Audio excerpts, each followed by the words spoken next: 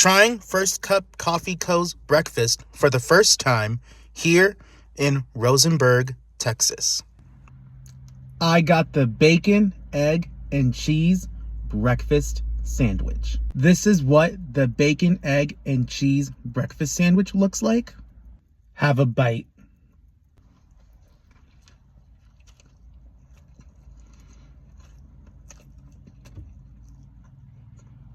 This is what the inside looks like. It has bacon, egg, cheese, and green onion.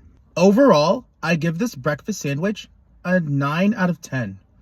Only because the green onion threw me off for a bit, but nevertheless, this sandwich is pretty good. I would definitely recommend it if you ever have a First Cup coffee near you.